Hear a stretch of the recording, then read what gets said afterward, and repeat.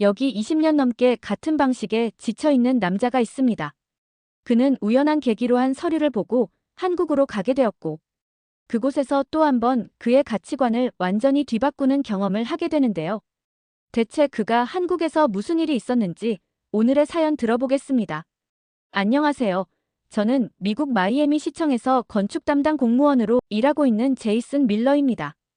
열정 가득하게 일했던 처음과 달리 20년이 지난 지금은 솔직히 매일 반복되는 일상이 지루했고, 모든 게 수동적으로 바뀐 채 하루하루를 보내고 있었죠. 항상 비슷한 건축 설계 검토, 허가 신청, 도시 개발 계획.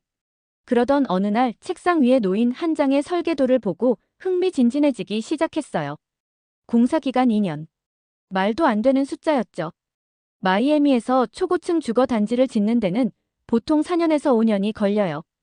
허가 절차만도 몇 년이 걸리고 날씨, 자재 공급 문제, 인력 부족 등 공사 지연은 너무나 당연한 일이었죠. 그런데 이 설계도는 단 2년 안에 완공할 수 있다고 말하고 있었어요. 서류 상단을 보니 세안건설이라는 한국 회사였어요. 설계도를 다시 펼쳤습니다. 한눈에 봐도 기존 미국 공법과는 완전히 달랐어요. 프리캐스트 콘크리트, 모듈러 조립 방식, 현장 물류 최적화 시스템. 미국 건설 현장에서 보기 힘든 방식이었죠. 세안건설 어디서 들어본 적이 있는데? 중얼거리던 순간 기억이 떠올랐어요. 몇 달 전 동료들끼리 건설업계 동향을 이야기하다가 이런 얘기가 나왔어요. 한국 건설사가 두바이에서 초고층 빌딩을 1년 반 만에 완공했다더라. 싱가포르, 말레이시아에서도 초고속 공사로 유명하대. 그때는 그냥 흘려들었는데 지금 보니 제 책상 위에 놓인 설계도가 바로 그 회사의 것이었어요. 저는 옆자리 동료를 향해 물었어요.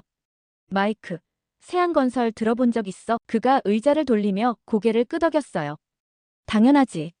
두바이에서 50층짜리 빌딩을 말도 안 되는 속도로 지은 회사잖아. 근데 왜? 저는 설계도를 톡톡 두드리며 말했어요. 이 회사에서 마이애미에 주거 단지를 짓겠다고 제안서를 보냈어. 공사 기간이 2년이래. 2년? 마이애미에서? 농담하는 거지. 여기선 허가만 받아도 몇 년이 걸려. 맞는 말이었어요. 마이애미의 건축 허가 절차는 악명이 높아요.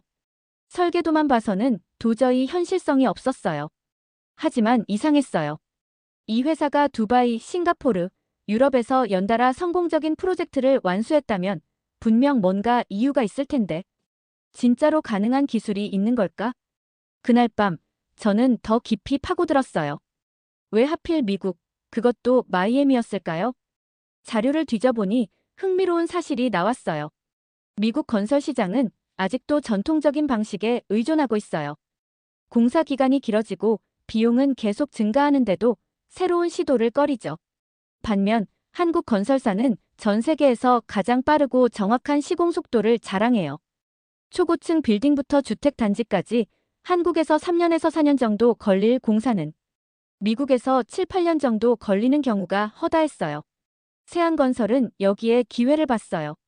미국 건설업계는 지금 변화를 원하고 있어요. 만약 우리가 마이애미 프로젝트를 성공적으로 완수한다면 미국 시장 전체를 뒤흔들 수 있을 거예요. 제안서에 적힌 걸 보고 생각이 많아졌어요. 그들의 목표는 단순한 수주가 아니었어요. 이 프로젝트는 미국 건설 시장 진출을 위한 테스트 베드였던 거죠. 그 첫 번째 실험이 바로 마이애미 주거 단지 프로젝트였던 거죠. 이들이 정말 계획한 대로 2년 만에 완공할 수 있을까요? 아니면 미국의 현실적인 문제 앞에서 좌절할까요? 한 가지는 분명했어요. 이 프로젝트가 성공한다면 미국 건설업계는 절대 이전과 같지 않을 거란 걸요. 그러나 미국 현지 건설사들의 반응은 싸늘했어요. 수십 년간 자리를 지켜온 건설사들은 세안건설의 방식을 받아들이려 하지 않았어요. 심지어 마이애미의 한 유명한 건설 개발업자는 이 방식이 미국에서 통할 거라고. 웃기는군.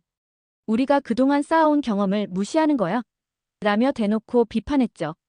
그러나 세안건설의 제안에는 단순한 속도만이 아니라 허리케인 대비 설계도 포함되어 있었어요. 마이애미는 매년 강한 허리케인의 영향을 받아요. 세안건설은 한국과 일본에서 사용되는 지진 내성 건축 기법과 충격 흡수 시스템을 적용해 강풍에도 버틸 수 있는 구조를 만들겠다고 했어요. 이게 사실이라면 마이애미의 건축 기준 자체를 바꿀 수 있는 엄청난 혁신이 될 수도 있었어요. 하지만 아직도 의심이 들었어요. 세안건설이 해외에서 성공을 거뒀다고 해도 과연 미국에서도 같은 방식이 통할까요? 미국 방식이 틀린 게 아니라면 왜 한국 건설사들은 전혀 다른 접근을 하는 걸까요? 저는 답을 직접 찾아보기로 결심했어요. 이들이 정말로 2년 만에 건물을 지을 수 있는지 제 눈으로 확인해야 했어요. 그리고 이 선택은 제가 건설업을 바라보는 방식을 완전히 바꿔놓게 되었죠. 이후 세안건설과 몇 차례 줌 미팅을 가진 이후 한국으로 가게 되었어요. 그렇게 한국에 도착했고 공항에 나오니 세안건설 측의 담당자분께서 마중을 나와주셨고 곧바로 현장으로 향했어요. 공사장에 도착하자마자 저는 한 가지 확실한 사실을 깨달았어요. 미국에서는 공사장에 들어서면 당연하게 보이던 것들이 있었어요. 사방에 쌓인 자재들, 흙먼지 날리는 도로, 제각각 흩어진 작업자들. 그런데 여기선 전혀 다른 모습이 펼쳐졌어요. 자재는 정확한 위치에 배치되어 있었고 작업자들은 마치 미리 정해진 루트가 있는 것처럼 움직였어요. 저는 순간 이게 공사장이 맞는지 의심했어요. 밀러 씨 맞으시죠? 낯선 목소리에 돌아보니 박도현이라는 이름이 적힌 조끼를 입고 남자가 서 있었어요. 그는 세안건설의 현장 책임자였어요. 첫인상부터 자신감이 넘쳤어요. 정중하지만 친근한 태도로 악수를 건넸죠. 먼 길 오시느라 고생 많으셨습니다. 여기가 저희가 진행 중인 프로젝트 현장입니다. 저는 눈앞의 광경을 다시 한번 훑어보며 말했어요. 솔직히 말하면 이렇게 정리된 공사장은 처음입니다. 그는 웃으며 대답했어요. 그렇게 보이시겠죠? 한국에선 공사 현장도 하나의 생산 시스템처럼 운영해야 한다는 개념이 자리 잡혀 있습니다. 우리가 빠른 이유가 단순히 속도를 내서가 아니에요. 애초에 시스템을 효율적으로 설계하기 때문이죠. 미국도 건설 계획을 세우긴 합니다. 하지만 이런 식으로 동선까지 정밀하게 짜놓진 않아요. 그는 고개를 끄덕였어요. 그 차이점이 바로 생산성으로 이어집니다.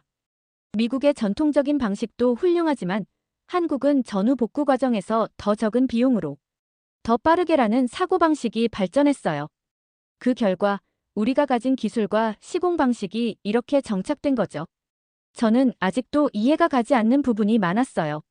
그렇다고 해도 이게 정말 가능할까요? 공사기간 2년, 그게 정말 실현 가능하다는 겁니까? 박도현은 자신만만한 표정으로 대답했어요. 지켜보시면 됩니다.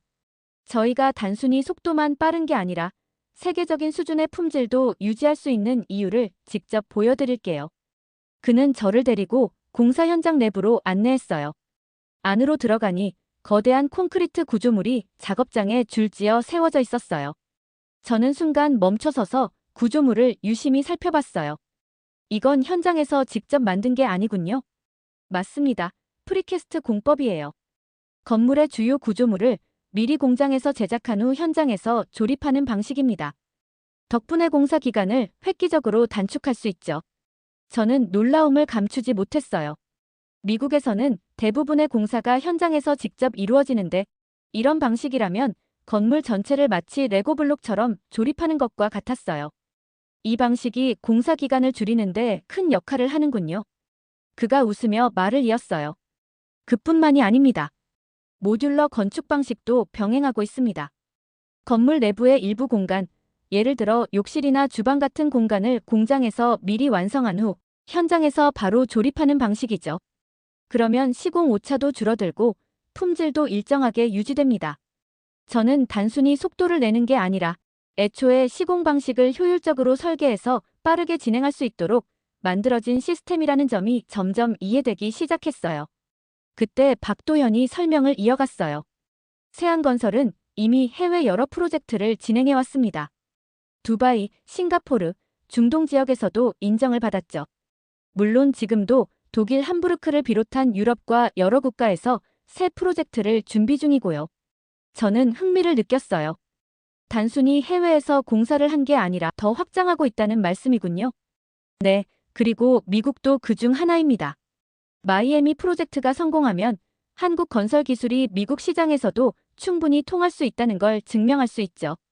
저는 아직도 속단하기 어려웠어요. 정말 이 방식이 미국에서도 통할까?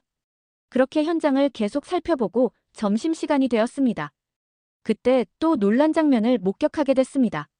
공사장 한쪽에는 한바식당이라 불리는 이동식 식당이 있었어요. 미국의 공사장은 점심을 해결하는 방식이 제각각이에요. 보통 트럭에서 샌드위치를 사 먹거나 도시락을 가져와서 흩어져 먹죠. 그런데 여기는 달랐어요. 긴 테이블이 놓여 있었고 작업자들이 하나둘 모여 앉기 시작했어요. 주방에서 김이 모락모락 나는 국이 나오고 반찬들이 차려졌어요. 저는 자연스럽게 물었어요. 이거 다 공사장에서 제공하는 겁니까? 네, 저희는 작업자들이 충분히 먹고 쉬어야 더 좋은 결과물이 나온다고 믿습니다. 저는 의아했어요. 미국에선 이런 식으로 운영되지 않거든요. 다들 알아서 먹고 알아서 쉬니까요. 바로 그 차이점이죠. 저희는 공사도 한 팀으로 움직입니다. 밥을 같이 먹고 같은 공간에서 쉬고 같은 목표를 향해 갑니다. 저는 국을 한 숟갈 떠먹었고 뜨끈한 국물이 목을 타고 넘어갔어요.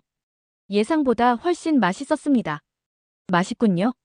박도현이 웃으며 대답했어요. 맛있어야죠. 이건 단순히 기술의 차이가 아니었어요. 이들은 건설을 하나의 공동체로 보고 있었어요. 저는 이 방식이 정말 미국에서도 효과가 있을지 아직 확신할 수 없었어요.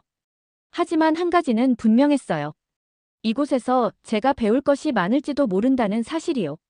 그리고 이 생각은 나중에 전혀 예상하지 못한 방식으로 증명되게 됩니다. 점심을 먹고 난 후 공사장 한쪽에서 사람들이 하나둘 모여드는 걸 발견했어요. 미국에서는 보통 밥을 먹고 각자 흩어져 쉬는 경우가 많아요. 누군가는 차에서 잠깐 눈을 붙이고 누군가는 공사장 근처에서 커피 한 잔을 마시죠. 그런데 여기는 달랐어요. 사람들이 자연스럽게 한 곳으로 모여들고 있었어요. 마치 정해진 약속이라도 있는 것처럼요. 저는 궁금했어요. 도대체 어디로 가는 걸까? 저도 모르게 그들의 뒤를 따라가 봤어요. 공사장 한쪽에는 컨테이너처럼 생긴 휴식 공간이 있었어요. 처음엔 그냥 일반적인 휴게실인가 싶었죠. 하지만 문을 열고 들어서는 순간 저는 발을 멈추고 말았어요. 바닥에서 따뜻한 기운이 올라왔죠. 그냥 적당히 따뜻한 수준이 아니었어요. 마치 바닥 전체가 하나의 거대한 히터처럼 느껴졌어요. 미국에서는 공사장 휴게 공간에 히터 몇 개를 틀어두고 버티는 게 일반적이에요. 컨테이너 안에서 전기 히터를 최대한 돌려봐야 코끝이 시릴 정도로만 따뜻해지죠. 여기는 바닥 전체가 따뜻했어요. 박도현이 옆에서 웃으며 말했어요. 놀라셨죠? 한국에서는 바닥 난방, 즉 온돌 시스템이 기본이에요.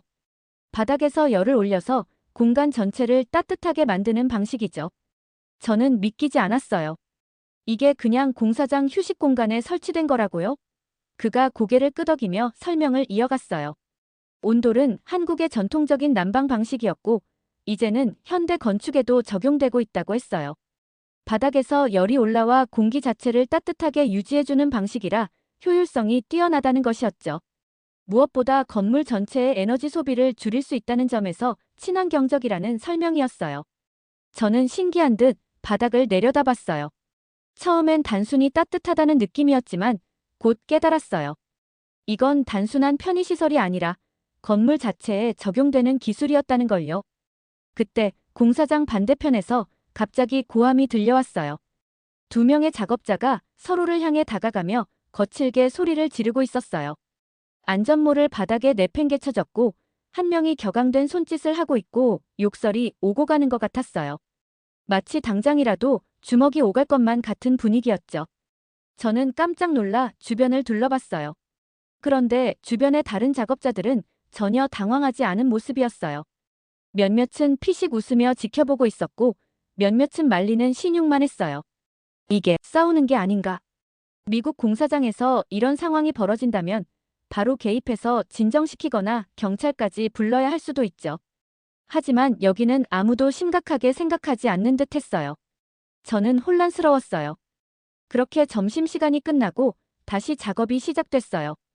어느 정도 시간이 지났을 때쯤 아까 그 난리가 났던 두 사람이 다시 마주쳤어요. 순간 긴장했지만 예상과는 전혀 다른 장면이 펼쳐졌죠. 한 사람이 어깨를 툭 치며 마치고 삼겹살에 소주 한잔하러 갈래? 마치 아무 일도 없었다는 듯이 웃으며 퇴근 준비를 하고 있었어요. 퇴근 후 술자리를 약속하고 있었던 거죠. 그때 생각했어요. 이곳의 분위기는 단순한 상하관계가 아니라 진짜 가족 같은 문화였다는 걸요. 이들은 거친 말들을 주고받지만 그 속엔 동료에 대한 신뢰가 있었다. 단순한 동료가 아니라 오랜 시간을 함께하며 가족처럼 지내는 사람들이었다. 일할 때는 험한 말이 오갈 수도 있지만 감정적인 다툼이 아니라 오히려 더 끈끈한 관계를 형성하는 방식이었던 거였습니다. 이제 막 한국 건설의 본질을 이해하기 시작한 느낌이었어요. 현장은 작업자들이 바쁘게 움직이고 있었지만 어수선함이 없었어요. 보통 공사장이라면 여기저기 쌓인 자재들, 쉴 새 없이 오가는 지게차와 트럭들이 뒤엉켜 있는 게 당연했죠. 하지만 여기는 예상보다 훨씬 정돈된 모습이었어요. 박도현이 현장 한쪽을 가리켰어요. 보이시죠? 저희는 자재를 한꺼번에 쌓아두지 않아요. 필요한 순간 정확한 장소에 도착하도록 설계된 물류 시스템을 운영합니다. 그가 가리킨 곳에는 여러 개의 박스들이 일정한 간격으로 배치되어 있었고 각각의 박스에는 QR코드가 붙어 있었어요. 이건 뭔가요? 각 자재의 이동이 실시간으로 추적됩니다. 필요한 순간에 정확한 위치로 배송되죠. 덕분에 공사장은 혼란스러울 필요가 없습니다. 저는 다시 주변을 둘러봤어요. 미국 공사장은 보통 일정이 유동적이라 자재를 미리 한꺼번에 가져다 놓고 필요한 순간 찾아 쓰는 방식이에요. 하지만 이 방식이라면 공간 활용도 효율적이고 작업 속도도 훨씬 빨라질 게 분명했어요. 또 박도현은 저를 사무실로 안내했어요.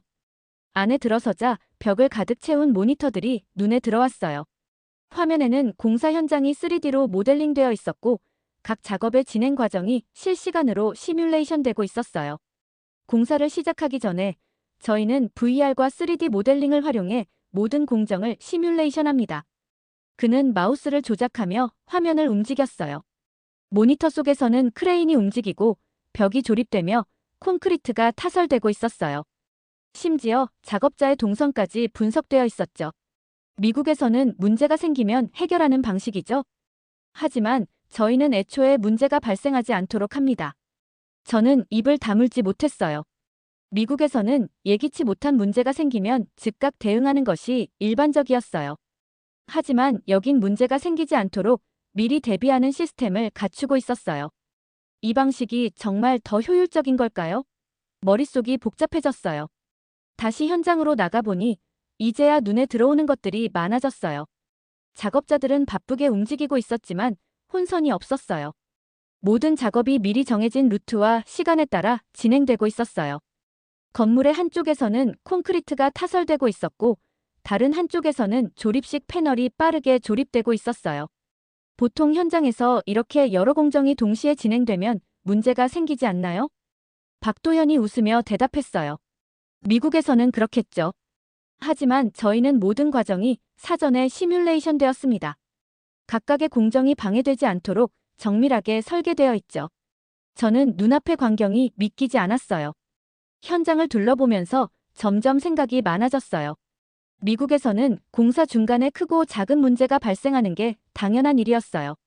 일정이 지연되거나 자재가 부족한 경우가 다반사였어요. 그런데 여기서는 그런 혼선이 없었어요. 박도현의 말이 떠올랐어요. 우리는 일이 터지면 해결하는데 여기는 애초에 문제가 생기지 않도록 설계한다. 이게 우리가 놓치고 있던 핵심인가? 저는 여전히 완전히 이해되지는 않았지만 이 방식이 더 효율적일 수도 있다는 생각이 처음으로 들기 시작했어요. 아직 확신할 수 없었지만 한 가지는 분명했어요. 내가 아는 건설 방식이 전부가 아닐 수도 있다는 사실을요. 멀리서 커다란 크레인이 움직이는 모습이 보였어요. 고층 빌딩의 한쪽 벽이 마치 거대한 퍼즐 조각처럼 공중으로 떠오르고 있었어요. 보통이라면 현장에서 직접 철근을 엮고 거푸집을 조립한 뒤 콘크리트를 부어야 할 텐데 이건 뭐지? 벽이 이미 완성된 상태였어요. 지금 보시는 게 프리캐스트 공법입니다. 박도현이 미소를 지으며 설명했어요. 한국에서는 주요 구조물을 공장에서 미리 제작한 후 현장에서 조립하는 방식을 많이 사용합니다. 덕분에 시공 속도가 엄청나게 빨라지죠. 저는 벽이 크레인에 의해 서서히 제자리로 이동하는 모습을 바라보았어요. 몇 분이 지나지 않아 벽이 정확한 위치에 맞춰졌고 작업자들이 신속하게 고정 작업을 진행했어요. 현장에서 직접 하나하나 만들 필요 없이 마치 블록을 조립하듯 간단하게 건물이 올라가고 있었어요. 미국에서도 이런 방식이 사용되나요? 제가 묻자 박도현은 고개를 저었어요. 아직은 아니죠. 물론 일부 시도는 있었지만 아직 대중화되지 않았어요. 저는 이해가 되지 않았어요. 이 방식이 훨씬 효율적인데 왜 미국에서는 사용되지 않는 걸까? 박도현이 제 표정을 읽고는 덧붙였어요. 미국 건설업계는 전통적인 방식을 선호하는 경향이 강합니다. 특히 노동조합의 영향이 크죠.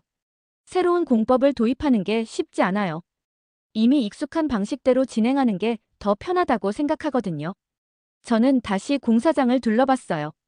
이곳에서는 모든 작업이 마치 한 편의 연극처럼 완벽한 타이밍에 맞춰 진행되고 있었어요. 공장에서 제작된 벽들이 차례차례 설치되고 작업자들은 정확한 위치에서 움직였어요. 이건 단순한 속도의 문제가 아니었어요. 완벽하게 계획된 시스템이었어요. 미국 공사장에서라면 작업자들이 각자 역할을 수행하면서도 종종 혼선이 생기곤 했어요. 자재가 예상대로 도착하지 않거나 작업자의 동선이 엉키는 일이 다반사였죠. 하지만 여기는 달랐어요. 모든 것이 정확하게 맞물려 돌아가고 있었어요. 저는 속으로 생각했어요. 우연히 이번 프로젝트가 순조롭게 진행되는 것 뿐일 수도 있잖아. 그런데 바로 그 순간 저의 의심을 날려버릴 장면이 펼쳐졌어요. 한쪽에서 또 다른 구조물이 이동하고 있었어요. 하지만 이번엔 예상치 못한 작은 문제가 발생했는데 크레인이 움직이는 속도가 약간 어긋난 거예요. 저는 순간 긴장했어요. 이런 상황에서 미국 공사장이라면 당장 지연이 발생할 수도 있어요. 그런데 여기는 달랐어요. 현장 감독이 무전기로 짧게 지시를 내리자 작업자들이 신속하게 대처했어요. 크레인은 즉각 멈췄고 구조물을 정밀하게 조정하는 팀이 빠르게 투입되었어요. 불과 몇 분 만에 문제가 해결되었고 작업은 다시 정상적으로 진행되었어요. 이미 모든 변수를 예측하고 있었던 것처럼 보였어요. 이건 단순한 기술력의 차이가 아니었죠. 문제가 발생하지 않도록 시스템을 구축하는 방식 자체가 달랐던 거예요. 그제야 저는 깨달았어요. 처음엔 이 모든 게 한국 건설팀이 운이 좋아서 잘 진행되는 것처럼 보였지만 아니었어요.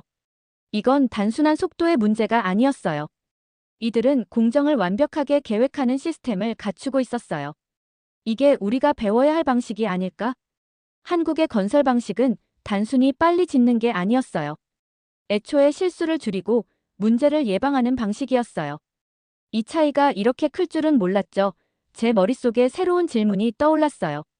이 방식이 미국에서도 가능할까? 우리는 새로운 방식에 대해 더 깊이 배울 필요가 있다고 생각했어요. 그렇게 며칠 동안 한국 현장에 지내면서 확신을 얻게 되었고 저는 다시 미국으로 돌아왔습니다. 그리고 세안건설에게 마이애미 프로젝트를 허가하기로 했죠. 그렇게 시간이 흐르고 공사가 시작된 지 1년 9개월. 예상보다 3달이나 빠르게 마무리되었어요. 이건 미국 건설 역사에서 유례없는 일이었어요.